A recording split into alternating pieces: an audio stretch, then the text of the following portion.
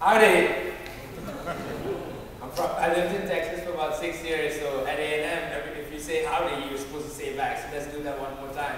Howdy! Howdy! There you go, that's the way to do it. So, I'm Nakul Butta, and I'm an engineer in Building 16 in the Redmond campus. I've been with the company for 3 years, part of the GDP program, and at Genie for 2 years now, almost 2 years.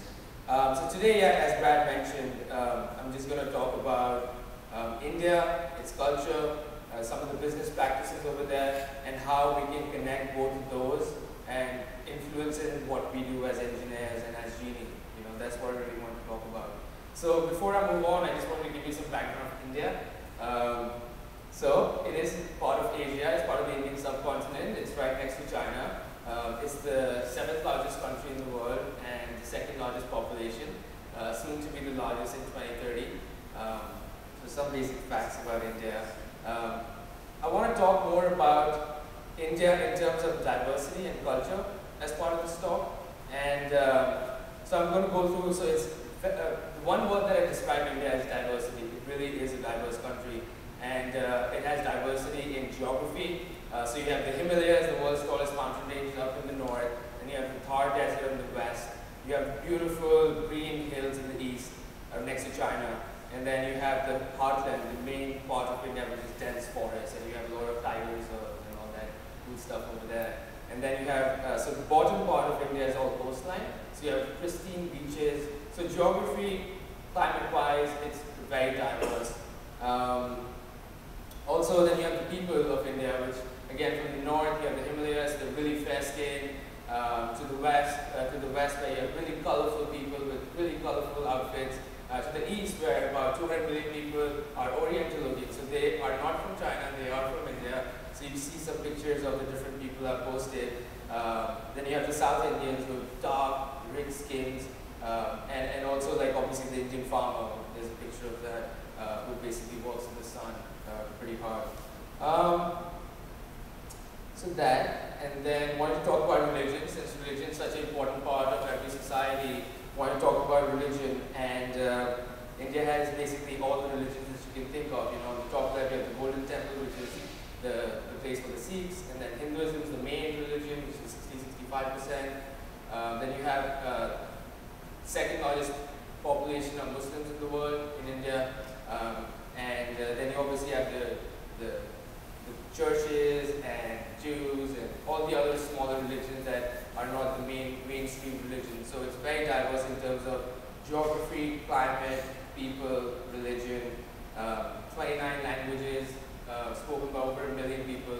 So pretty much if you go from one state to the other, it's going from one country to the other. It's literally a completely different culture, completely different language set.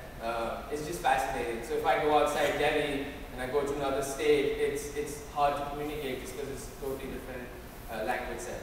And then you have 122 languages spoken by more than 10,000 persons. That's one language more than 10,000. So bottom line, why I'm talking about diversity in India is like, in a country that diverse, it's really hard to make any generalization. So that's, but then you might say, oh, US is a more diverse country. We have people from all over the world.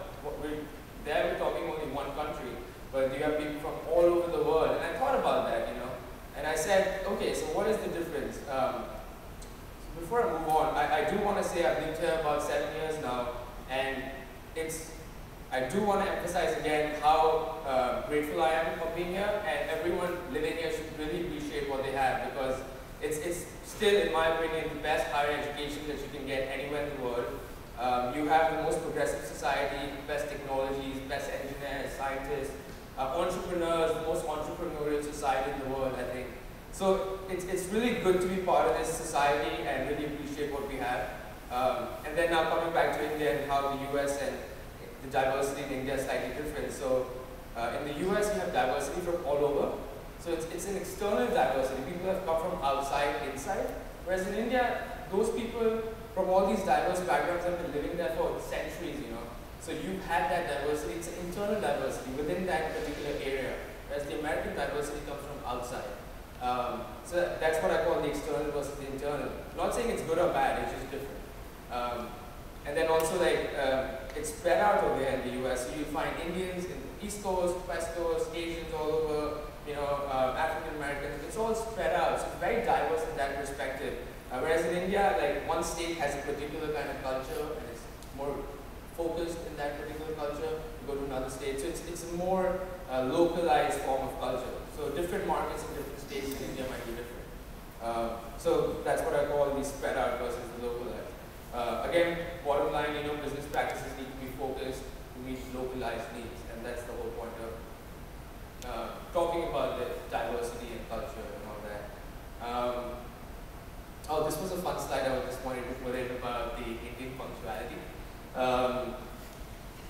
So life in India is kind of fluid and time is also kind of fluid. So a lot of time we have conference calls and people, when we're working with Indian teams, are really good to get on the ball on time. So this particular topic is more about, like if I was to go meet my friend and I say, hey, let's meet up in 5 minutes, I automatically add an hour to it. That's what I call the Indian standard time. So you add an hour to it and you say, yeah, and if I hit 30 seconds, then I add another 15 minutes to it. So it's all called the Indian standard time, I call it. And then you have all these things as karma, dharma, Indian mythology, which no one understands, at least the common person doesn't understand. So it's a fun place. That's a typo there. Kamara means room, so I kind of typoed that. But anyways, just wanted to talk about that.